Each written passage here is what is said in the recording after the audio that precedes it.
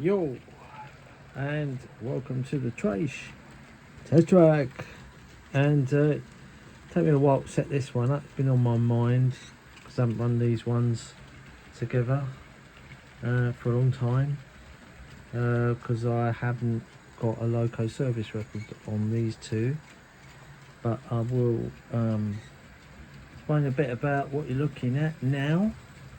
So this, if anyone out there knows what this is relating to, then you'll know why these combinations are set up, right? So basically it's a homage, my tiny little homage, to the old Woodhead railway line that ran between Penistone, Manchester, or Manchester, Penistone and Sheffield, which was closed down in 1981 because the power equipment was obsolete, the passenger service had ended, and the coal mines in that area had closed down because the passenger service stopped, I think, in 1970, leaving the freight going, which was mainly coal. And then once the coal mines closed, they decided they did have no further use for this double track main line.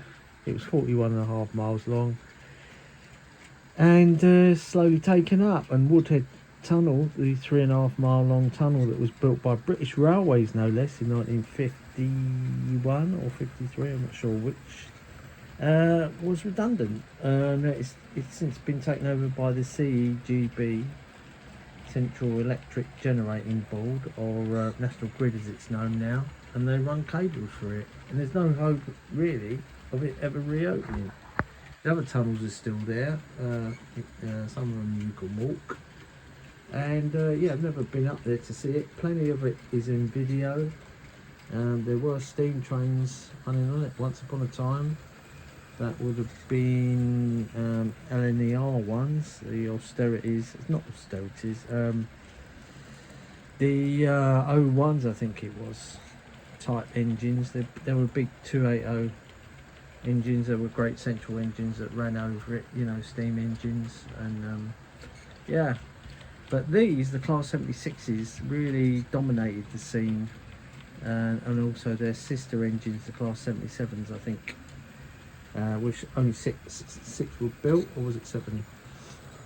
2 of those are preserved. There's only one Class 76 preserved, and I believe that's in the National Railway Museum. The first ones carried these BR black livery. They've got overhead pantographs on them. And yeah, they were lovely locomotives. Don't know why it keeps going out of focus like this, but there you go. Can't seem to get the zoom to work either, so I don't know what's going on with this camera. Anyway, these are the Class 76s. There's and they were all painted BR passenger green with a cream roofs, which soon got very dirty.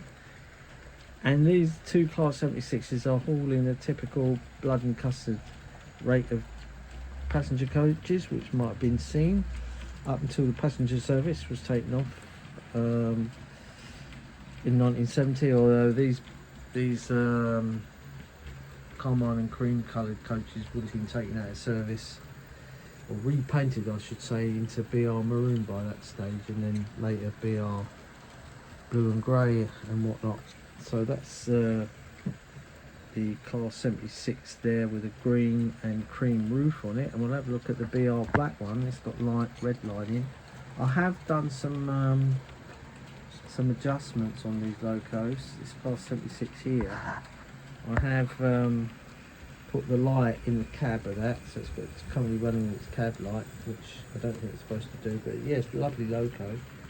These came out in about 2013, and they're owned by Helgen, the Helgen locos, and they're as exclusive to Olivia Trains of Sheffield, which makes sense because Sheffield was obviously where the line ran to.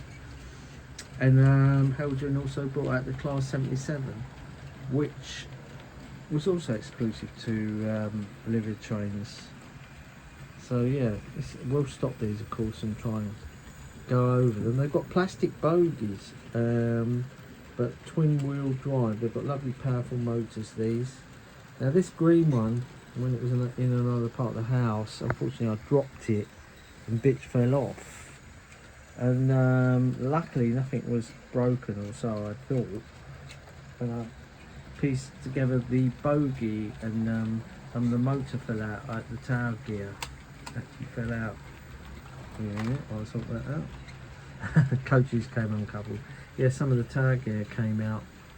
So unfortunately the carding shaft drive at one end was slightly, there's tiny little sprockets that fit into a shaft on the motor, and one of them had broken off. So this loco is currently running on one sprocket. It seems to cope with it, but how long it will do that I don't know.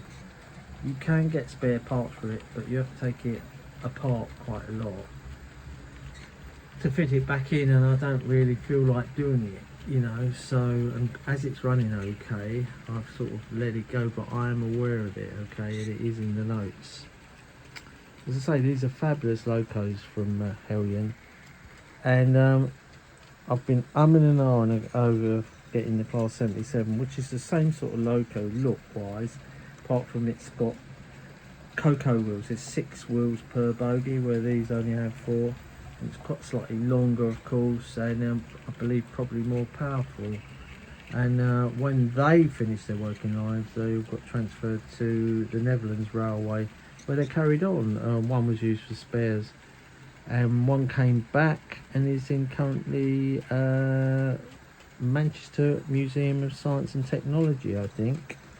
And there are 1 or 2 preserved over in the Netherlands where they finished their working careers. They were repainted in the state livery of grey and yellow over there and carried their logos. Anyway, so this is all in the sort of mineral train that you would have seen these on. Bigger wagons came along other than these small 12 tonners. Hoppers and that, if you see videos of those on YouTube. But yeah, this is the flavour of the old Woodhead line, which run a different electrical system to the rest of it, say like the lines out of Euston, Midland Main Line. It was unique, the Woodhead route, the overhead electric, and it was life expired, and BR couldn't justify its retention, unfortunately. I mean, I still love to see it reinstated, but it won't happen in my lifetime. Maybe when the oil runs out or we can't get anywhere. The other line that go through the Pennines is under capacity, I think, and there's always calls to reinstate this line. I don't know why this zoom is not working on my camera today, but anyway, I'll have to do without it. That's why some of the things in this video are slightly out of focus. So what we'll do, we'll stop the outer one, that's the passenger.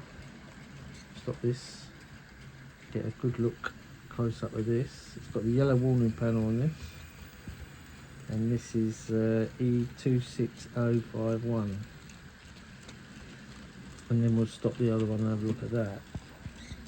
I was going to try and run some BR Mark 1 coaches behind this, but couldn't find them. So yeah, it's got all the lovely detail from Helgen. I don't know how far we can go in. It's not going to pick it up, but some of that is legible under a magnifying glass. Lovely pantograph detail. The BR crest. That's the builder's plate. Let's get the screwdriver out.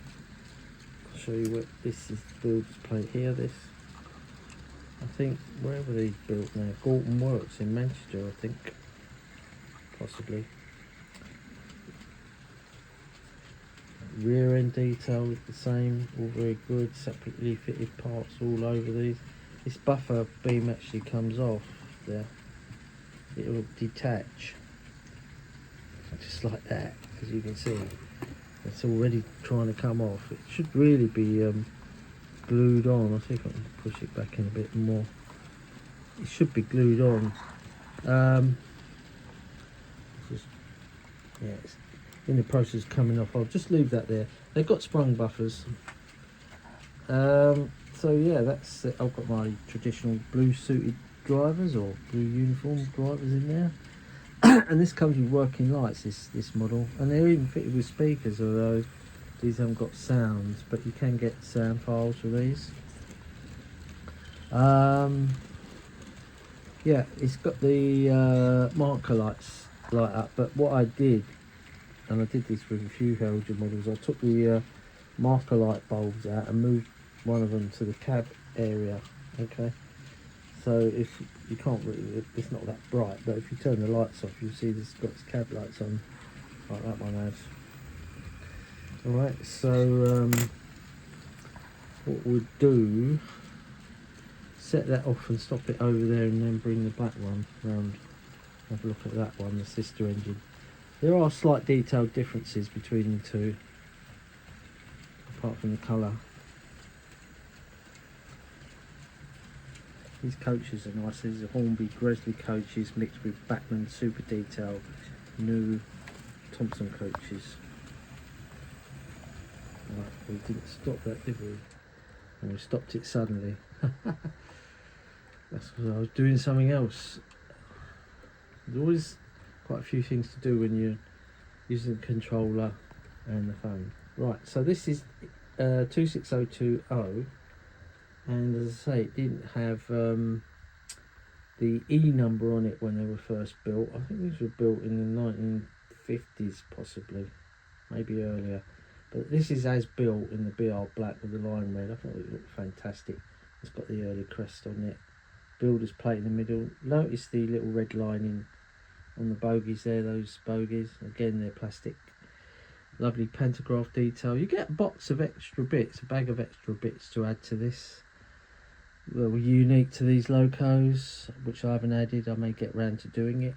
I've paired it with these mixed rake of mineral wagons here that you might have been seen hauling through the tunnels and that. You know, there's some good film out there if you get to see these locos. And yeah, there's my crew in there as usual. Yeah, the colouring is really unique. Few early BR diesels and electrics carried this black, and I think it denoted freight work really, and mixed passenger. So yeah, this hasn't got the tops things on the side. These became class 76s, so this would have become 76020, this one, in later life, and be repainted in the BR blue with a double arrow on it. And yeah, most of them got scrapped apart from one, which I think is preserved in this early livery, or even the L and the R stuff, because I think these may even go back to before nationalisation. I'm not 100% sure, to be honest. But so what we'll do, we'll set these off, and I'm going to. They've both got lace decoders in it, and as I say, they work really well with these 8-pin decoders. And you need them wagons.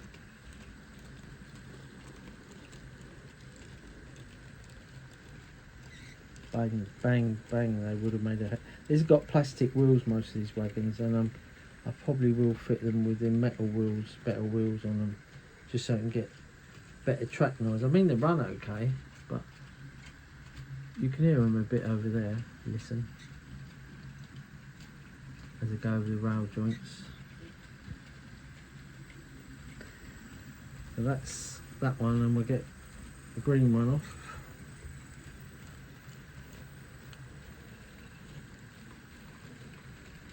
It's so cold in there today. It's getting really cold now because winter's nearly here, and November 2024, it's cold in this garage, so I haven't got a coat on. I should have put one on. So there goes the green one. Can pick these up on eBay, but I don't know what sort of price they're asking. And Helgen haven't bought them out again since, you see, so they're getting hard to find now. 11 years I've had these. Anyway, about 15 minutes, a little snatch from these coaches then. I'll leave it there to say goodbye. Hope you enjoyed this Class 76 Woodhead tribute, and we'll see what else is in the pipeline. There's always stuff I've got my eyes on, and you'll be seeing those soon in another video. So in the meantime, keep warm and stay safe. See you soon. Bye for now.